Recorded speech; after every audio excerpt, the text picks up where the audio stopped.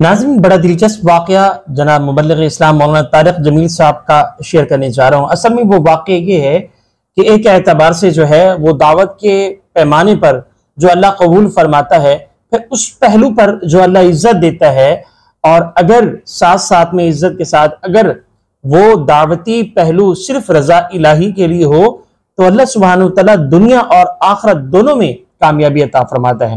اس لحاظ سے میں آپ کو بڑی خوبصورت دعا بھی بتانے جا رہا ہوں۔ سورۃ البقرہ میں ہے، اللہم ربنا آتنا فی الدنیا حسنہ وفی الآخرۃ حسنہ وقنا عذاب النار۔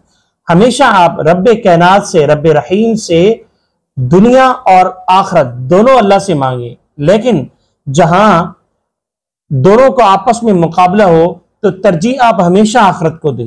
اللہ اکبر۔ اس کی بنیادی وجہ کیا ہے؟ اس کی بنیادی وجہ یہی ہے کہ فَإِنَّ الْجَنَّةَ هِيَ الْمَأْوَىٰ، جو جنت کا ٹھکانہ ہے وہ ہمیشہ ہمیش کے لیے ہے۔ جو دنیا کی زندگی ہے وہ عارضی اور آزمائش ہے، اور ان آزمائشوں سے صبر کے ساتھ میں اور آپ اگر گزریں گے تو اللہ کریم کے ہاں اس کا بہت بڑا اجر ہے۔ یہ ہے اصل پہلو۔ آپ کا ہر عمل، آپ کی ہر نیکی اور آپ کا ہر دعوت کا کارنامہ صرف رضا الہی کے لیے ہو۔ اس میں نہ دوسروں کو دکھانا مطلوب و مقصود ہو، اور نہ ہی اپنی شخصیت کو بڑھانا مقصود ہو، نہ ہی عزت مقصود ہو۔ اللہ دے دیتا ہے تو یہ بہت بڑی سعادت کی بات ہے، اور میں اور آپ ہم چاہتے ہیں نا ہماری عزت ہو، یقیناً اچھی بات ہے، عزت ہونی چاہیے اور خواہش کرنا کوئی بری بات نہیں ہے، لیکن دین کو سامنے رکھ کر یا دین کو ایک ذریعہ بنا کر اپنی عزت، صرف اپنی عزت کی خاطر اس کو یوٹیلائز کرنا، دین کو استعمال کرنا، یوز کرنا، اس کی ہرگز اجازت نہیں۔ دین کے لیے کام کریں، محنت سے، مشقت سے، اللہ کی رضا کی خاطر، اللہ دنیا میں بھی عزت عطا فرمائے گا، اور آخرت تو کامیابی ہے، لیکن اس میں مقصود اللہ کی رضا ہو، صرف اللہ کی رضا مقصود ہو، دنیا کو خوش کرنا مقصود نہ ہو کہ دنیا کہیں واہ کیا بیان کرتا ہے، کیا بیان ہے ان کا، واہ ہر بات پہ ریفرنس دیتا ہے، واہ ہر وہ ان کی بات ہوتی ہے اس میں قرآن کی آیت کوٹ کرتا ہے، کیا بات ہے۔ یہ مقصود نہ ہو، یہ مقصود مطلوب نہ ہو۔ اسی ضمن میں ڈاکٹر ذاکر نائک صاحب کی ان کی سپیچ کا ایک حصہ آپ کی خدمت میں پیش کرنا چاہوں گا، پھر مولانا طارق جمیل صاحب کی طرف بھی آئیں گے۔ ان سے کسی نے پوچھا کہ آپ تو ہر آیت پر یا ہر سوال پر اتنا مفصل اور اتنا مدلل جواب دیتے ہیں، حیرانگی کی بات ہے، یہ ہوتا کیسے ہے کہ اتنی ذہانت یہ آئی کہاں سے ہے؟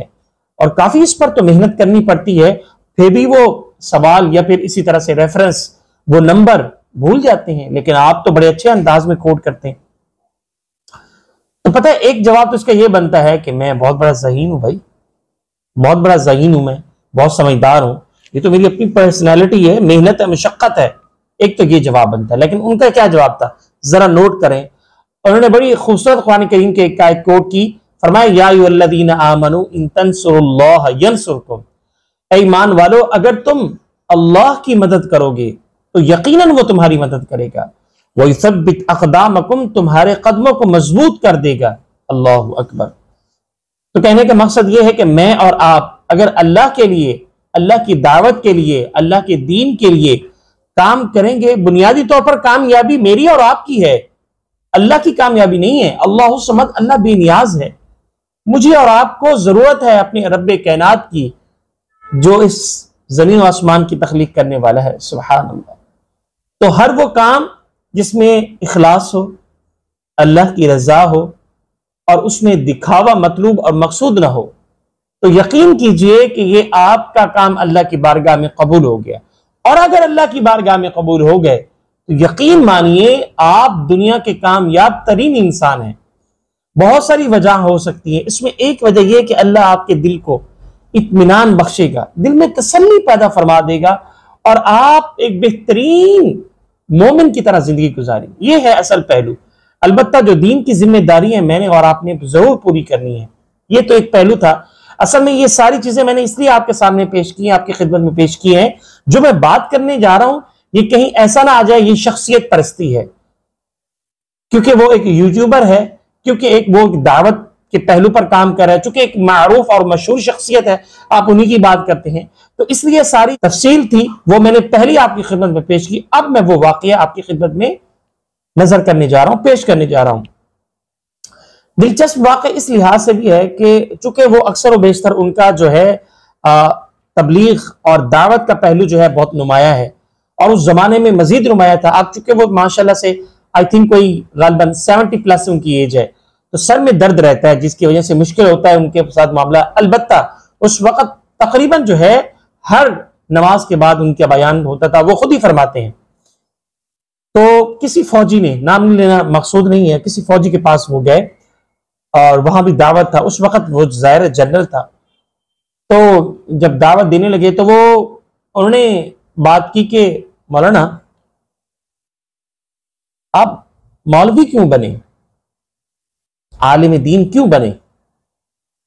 تو مولانا صاحب نے کہا کہ میں اصل میں ڈاکٹر بننے جا رہا تھا، بہرحال کسی بھائی کا ذریعہ بنا اور میں تبلیغ میں چلا گیا، اور پھر وہاں پر اللہ سبحانہ و تعالیٰ نے مجھ سے دین کا کام لیا۔